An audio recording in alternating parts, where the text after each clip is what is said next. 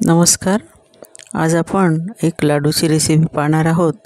तर त्यासाठी 1 वाटी चणा डाळ आपण घेतलेली आहे आणि ती स्वच्छ धुवून आपण तिला 3 ते 4 तासासाठी भिजत घालणार आहोत.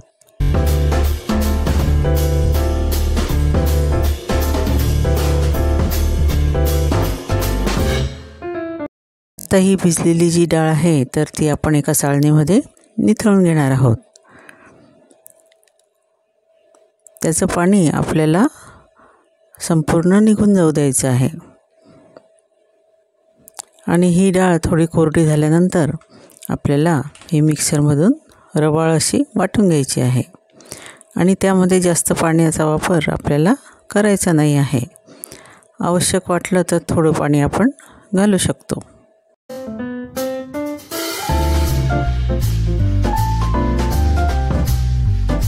आता एका डब्याला आपण तुपाचा हात लावून घेत आहोत आणि आता आपण जे मिक्सरला वाटण करणार आहोत ते आपल्याला ह्या डब्यामध्ये ओतून घ्यायचं आहे आणि त्याला थोडंसं हलकं असं पसरवून द्यायचं आहे आणि उरलेली डाळसुद्धा आपण आता मिक्सरमधून काढून घेत आहोत.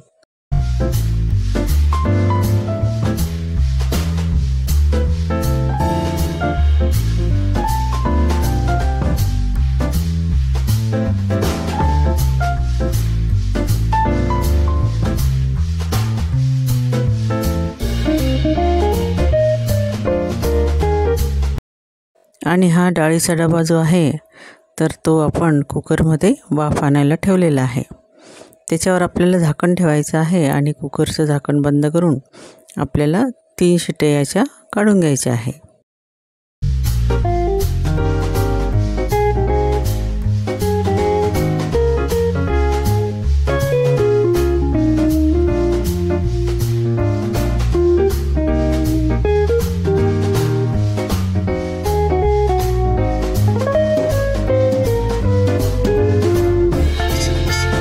तर या ठिकाणी आपण पाहू शकता की आपली डाळ जी आहे तर ती छान शिजलेली आहे आणि छान कडक अशी झालेली आहे.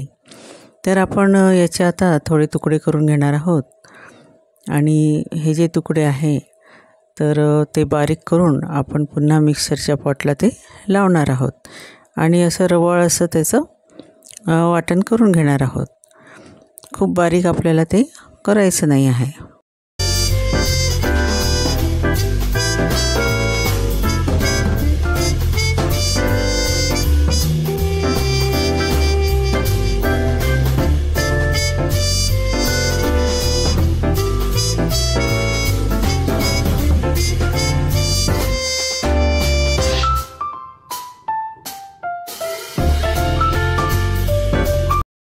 आता हे मिश्रण आपण एका जाडबुडाच्या कढईमध्ये काढून घेतलेलं आहे आणि छान असं रवाळ ते तयार झालेलं आहे.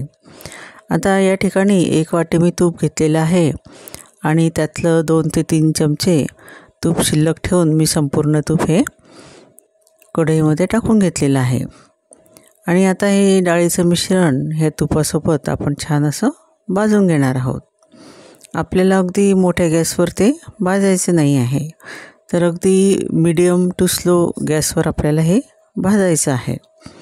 आणि आता आपण इथं पाहू शकता की थोडंफार आपलं मोकळं हे मिश्रण झालेलं आहे, परंतु अजून याला खूप आपल्याला भाजून घ्यायचं आहे.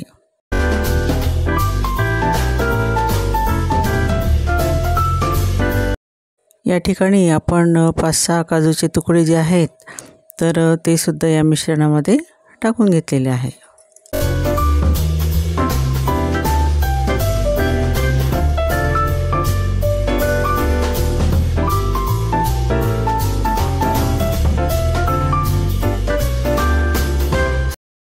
नंतर आपण पाक करण्यासाठी 1 वाटी साखर घेतलेली आहे आणि अर्धी वाटी त्यामध्ये पाणी घातलेलं आहे आणि आपल्याला याचा एकतारी असा पाक करून घ्यायचा आहे. आणि हा पाक झाल्यानंतर आपल्याला जे आपण शिल्लक ठेवलेलं तूप होतं तर त्यातले 2 चमचे तूप या पाकामध्ये आपल्याला घालून घ्यायचे आहे.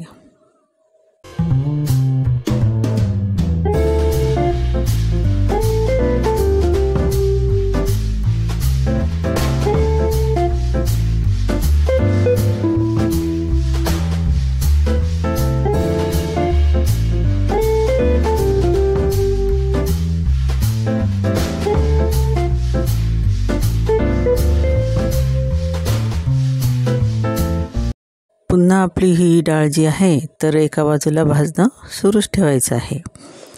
आणि छान आता थोडी मोकळी ही झालेली आहे, छान सराट्यावरून ती अशी मोकळी अशी पडत आहे। आपण तिला रंग बदलेपर्यंत थोडंसं भाजून घेणार आहोत, त्यामुळे खमंग अशी चव आपल्या ह्या लाडूची लागणार आहे।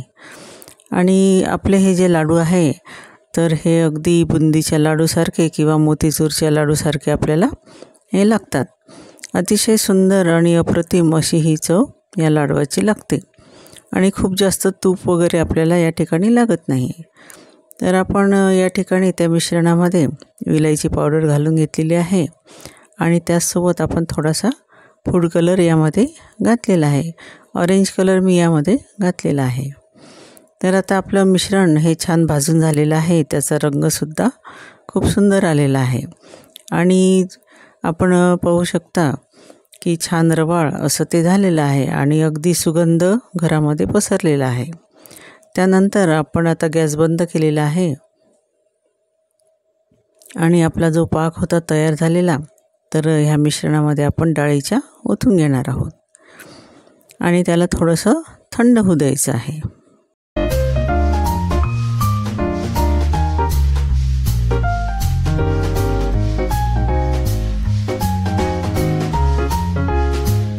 आणि थंड झाल्यानंतर छान असे त्याचे लाडू आपल्याला वळून घ्यायचे आहे आणि त्यावरून थोडे आपण ड्रायफ्रूट टाकणार आहोत। तर अशी माझी ही रेसिपी आपल्याला आवडली असेल तर नक्कीच लाईक करा, शेअर करा आणि कमेंट करायला विसरू नका आणि त्यासोबत माझ्या चॅनलला सबस्क्राईब करा आणि बेल आयकॉनचं बटन नक्की दाबा। अगदी याच पद्धतीने आपण जे गौरी गणपतीला जी मोकळी डाळ करतो तर ती केलेली आहे आणि तिचा व्हिडिओ टाकलेला आहे, तरी आपण ती नक्की बघावी। अगदी सुंदर आपले लाडू हे तयार झालेले आहेत, बघा किती छान आणि मऊ लुसलुशीत असे हे लाडू दिसत आहेत आणि खायलासुद्धा तेवढेच अप्रतिम असे हे लाडू आहेत। तर बघा अगदी छान असं टेक्स्चर आपल्या ह्या लाडूला आलेलं आहे आणि ह्या दिवाळीला अप्रतिम अशा चवीचे आपले हे डाळीचे लाडू आपण नक्की करून बघा। धन्यवाद।